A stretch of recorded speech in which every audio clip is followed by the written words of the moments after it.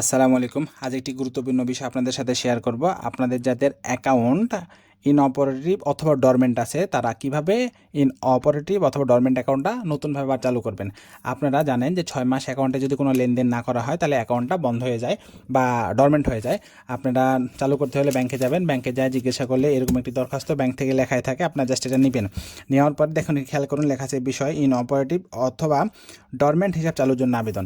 এখানে আপনারা স্বাক্ষরের জায়গায় স্বাক্ষর দিবেন, নাম লিখবেন, হিসাব নাম্বার লিখবেন, ঠিকানা লিখবেন, মোবাইল নাম্বার দিবেন।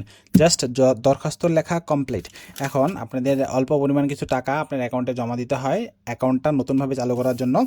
এখন আপনারা এরকম একটা জমা ভাউচার লিখবেন, আপনার ইচ্ছা 100, 200, 500, 1000 যত ইচ্ছা তত জমা দিতে পারেন, এটা আপনার ব্যক্তিগত বিষয়। জমা ভাউচার আপনারা লিখতে পারেন। তারপর আমি একটু দেখাই দিই। এখানে তারিখ লিখবেন, অ্যাকাউন্ট নাম্বার লিখবেন, এই শাখার সিল মারাই থাকে, না থাকলে আপনার শাখার নামটা লিখে দিবেন, মোবাইল নাম্বারটা অবশ্যই দিবেন। এখানে আপনার নাম লিখবেন, কত টাকা জমা দিবেন লিখবেন, কথায় লিখবেন, স্বাক্ষর দিবেন। এটা আপনার কাউন্টার পার্ট, তারিখ দিবেন, অ্যাকাউন্ট নাম্বার লিখবেন, নাম লিখবেন, জমা কত টাকা দিবেন অঙ্কে লিখবেন, কথায় লিখবেন, জাস্ট আপনার কাজ শেষ।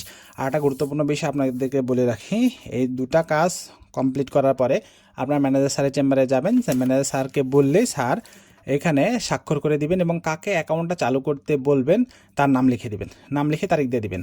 আপনারা এই কাজটা করে নিয়ে এসে জমা কাউন্টারে জাস্ট জমা দিয়ে দিবেন, কত টাকা লিখলেন জমা দিবেন, তত টাকা সহ জমা কাউন্টারে এটা দিবেন। দিলে এই সব সিল স্বাক্ষর মারে এই পার্টটা আপনাকে সিল মেরে, ব্যাংকে সিল মেরে অফিসার ক্যাশে স্বাক্ষর দিয়ে এটা আপনাকে দিয়ে দিবে।